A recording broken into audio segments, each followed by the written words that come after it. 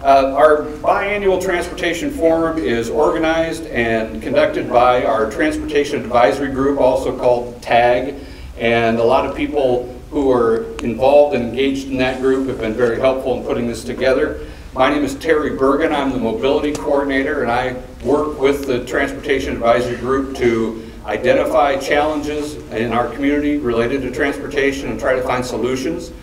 The Transportation Advisory Group is a consortium of transportation providers, human service agencies, community members, government officials, and anyone interested in finding solutions to transportation challenges.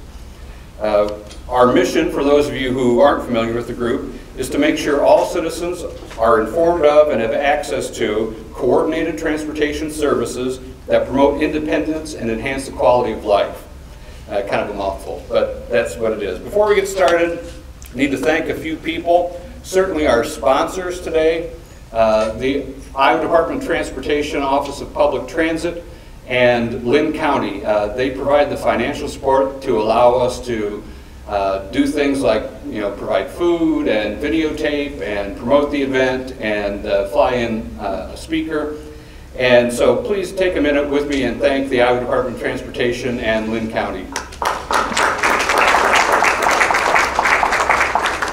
Also would like to thank Mercy Medical Center. This is a great space for meetings, and Mercy makes it available not only to us but to a lot of groups in the community. And so we thank Mercy very much. They're a great partner in a lot of things that go on here in Cedar Rapids. Of course, our presenters and panelists are critical to this event, and we'll thank them as we go along throughout the day. But thank you to all the presenters. I really appreciate your time.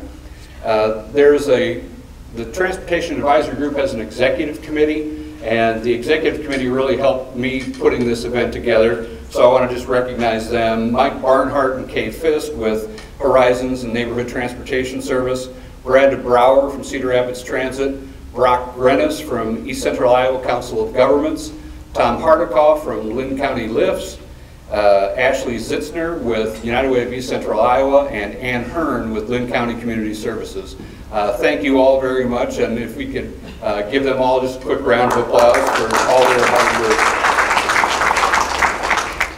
Throughout the day, this is one of those events where we get people saying, I can't be there right at 9, but I'll be there, or I'm coming at the beginning, but I have to leave part of the way through. But we have some government representatives who said that they will be here, either themselves or a representative. Michael Kiefer from Congressman Rod Blum's office, State Representative Art Stade, State Senator Liz Mathis, Cedar Rapids City Councilman Chris Julich, and a couple of the Lynn County supervisors have all said they're going to try to stop by today. So we thank them very much for taking the time out to hear about these issues. I'd also like to thank Robin Cash. Robin's in the back videotaping this event, and he does a lot of events throughout the community and really is a benefit to us because a lot of people would like to be here, but schedules wouldn't permit. And getting everything videotaped will allow us to put it online and enable us to share it with people who couldn't be here. So thank you very much, Robin. I want to just take this opportunity to let you know that I appreciate your time, and we'll try to keep everything moving along. In a perfect world, I hope we get done even a little bit early so we can get people on their way. But I value your time and participation, and we'll do our best to keep things moving on time and on schedule. I also want to invite people to get involved with the Transportation Advisory Group. We have a core group of people who come to most all the meetings, but a big thing that we're wanting to try to do in the next year is to really get more people engaged and get people to participate and tell us about their experiences with the transportation systems here in our area. We have a lot of people from agencies and nonprofit groups, but not as many people who are actually using the system. So please consider getting more involved in the Transportation Advisory Group. I have your email now, so the chances are you'll probably be hearing about those meetings. And if you can, please participate. A couple housekeeping items, as I said. On the side of the room in the back, there are a couple tables with some, we're calling resource tables, just some brochures and informative information that we've put out, and you're welcome to take any and all of that you would like. In your folders today, we have agenda, speaker biographies, some informational handouts, and we've try to put things that we think will be of value, a page with some links to websites that will be, I think, useful. Instead of making copies of every single thing, we just put a lot of links in there. And also an evaluation form. We'd like to get your feedback. If you're just staying for the morning, still fill out an evaluation form. If you're going to be here all day, great. But we'd like to hear what you have to say. Was there something that we should have been doing that we didn't do? Is there, and I know everyone's going to say, yeah, you should have had coffee when I got here. That's my bad. But there is water in the back if you're thirsty, but we will have coffee at the first break. Coffee and tea and muffins. So maybe I'll win you back with the muffins at the break. But aside from that, tell us what you think about the event. We want to make this better and do what we can to make sure this event is valuable to you and to the people you work with, and that it serves not only for learning today, but also the impetus for more conversations as we go down the road. And also on the side of the room over here, you see a couple white pieces of paper. On each of the tables, there are some sticky notes. I recognize that people, as I said, are going to be coming and going, bless you, based upon schedules. If you have ideas about, hey, this is a concern for me or my clients, or this is something I think we should be focused on, you can write them down on those little sticky notes, stick them up on the wall. You can tell me, you can, when we get to the later part of the program, if you want to share information in front of the group, you can do that. But this is just one more opportunity. Sometimes people aren't so comfortable sharing in front of the entire group, so it's just an opportunity. If you want to tell us something or give us input, that you can put that on the wall there and be reasonably anonymous, unless you want to put your name on it, so you can be engaged in more discussions about it. So, and last but not least, if the door you came in, both to the left and right, there are restrooms, so if you need to use a restroom, feel free to do that at whatever you need. If I've forgotten anything or you have any questions, oh yes, I'm getting the ubiquitous reminder, please silence your cell phones.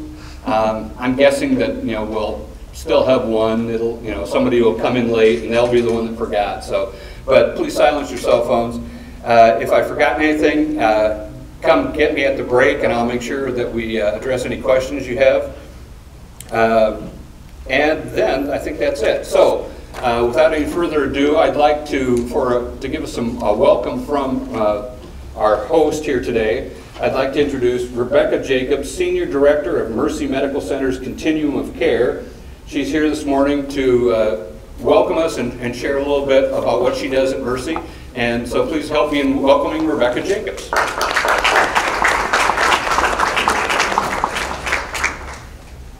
Thank you so much for coming to Mercy, and a couple of different pieces that I'd like to add to Terry's housekeeping. Number one, we apologize for our construction, but if you were to come back here next year, you're going to see a whole new look, and we're very excited about this meeting room having a different look for our participants.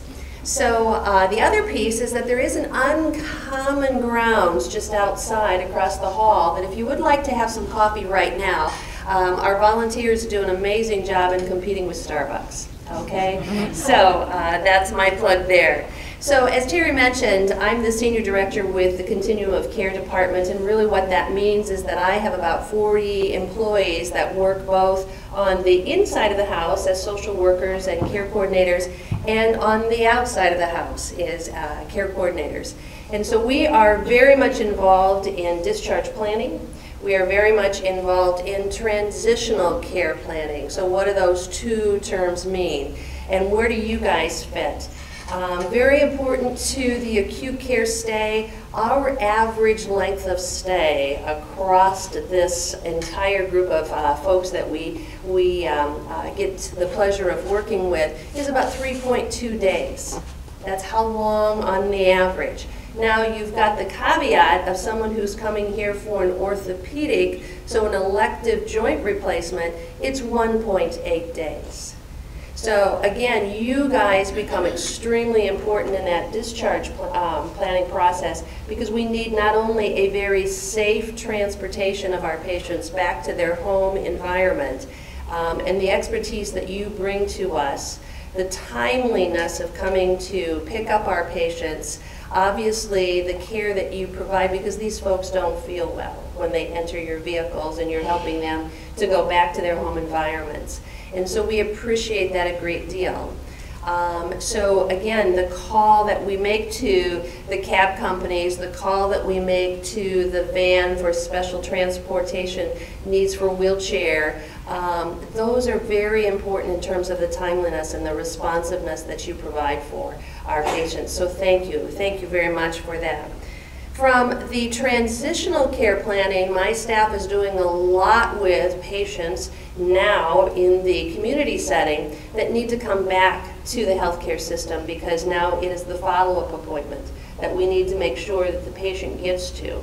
The MCOs for Iowa have certainly done a great job with helping to find vendors that will be responsive to the transportation needs for the Medicaid population with MCOs. However, I was just sharing an example where a patient called me just the other day, and she just finished her eligibility for Medicaid and now just started her Medicare benefits on the 1st of September. And there was a huge disconnect for her because she no longer had that benefit of having transportation that she could schedule for her capabilities of getting here to the hospital. And she had to be here by 5:30 on that Monday morning. And so she had very significant limitations of what she could tap into in regards to now what was available for her as a Medicare recipient. So again, that is huge. Because that's part of what my folks that work on the outside of the house, so to speak. We also have been very, very thankful for the opportunity that you've been able to bring to us for our specialty care transportation. That's been huge to be able to get down to the university for those specialty care needs. We've been very, very helpful, or been very grateful, excuse me, of the volunteer organizations that have been part of the planning. So Riders Club, I see you here in the audience, and that partnership with the American Cancer Society, with Heritage, with Riders Club, has also given us another vehicle to be able to think about transportation needs for our patients. So with that, I welcome you to Mercy. I welcome you to, obviously, your forum to be able to have good conversations about things that are happening within the community. As an employee, I certainly have been very thankful to the mindfulness as we've been restructuring our 1 way, 2 ways, 5 ways, whatever it is happening here, but keeping me very informed as I come to Mercy on a daily basis. That's been extremely helpful. There's one opportunity that I would leave you with as you continue to have your conversations today, is that what do we do in terms of our evening, night, and also our weekend? Because that becomes a very significant concern as, again, I need to have my staff move patients back into the community setting. So welcome, and thank you for all the work that you do.